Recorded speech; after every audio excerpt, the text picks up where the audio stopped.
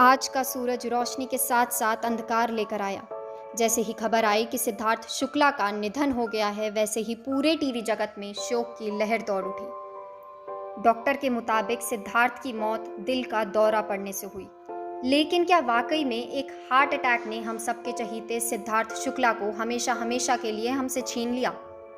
समाचार नगरी आपको बताएगा कि मौत से पहले कमरा नंबर 1204 में क्या क्या हुआ, कैसे, कब और कहां से खबर आई कि सिद्धार्थ शुक्ला ने इस दुनिया को अलविदा कह दिया है।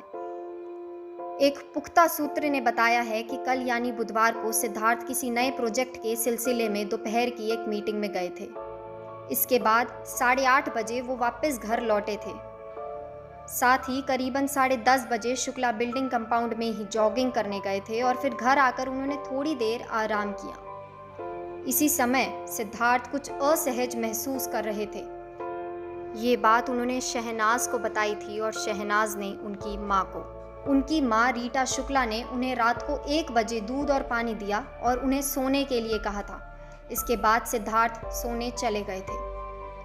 और आज यानी 2 सितंबर को सुबह करीब 3 बजे माँ मेडिटेशन के लिए उठी थी और सिद्धार्थ को सोता हुआ देख वो दूसरे रूम में चली गई।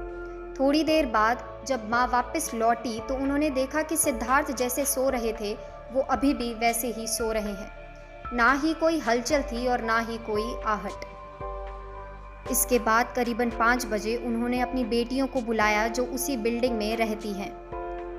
फिर करीबन 7 बजे से 8 बजे के बीच में परिवार के फैमिली डॉक्टर धर्मपाल वहां पहुंचे, जिन्होंने सिद्धार्थ को कूपर अस्पताल ले जाने की सलाह दी और 9 बजे के करीब एम्बुलेंस के जरिए सिद्धार्थ को कूपर अस्पताल ले जाया गया।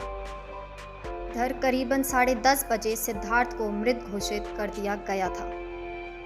आपको बता दें, इनके परिवार के डॉक्टर धर्मपाल ने सिद्धार्थ को ज़्यादा वर्कआउट ना करने की सलाह दी थी। सिद्धार्थ रोज़ाना 3 से 4 घंटे वर्कआउट करते थे। मौत के समय सिद्धार्थ के कमरा नंबर 1204 में उनकी मां रीटा शुक्ला और शहनाज गिल मौजूद थी। समाचार नगरी की पूरी टीम की ओर से सिद्धार्थ शुक्ला के परिवार को ढेर सारी संवेदनाएं।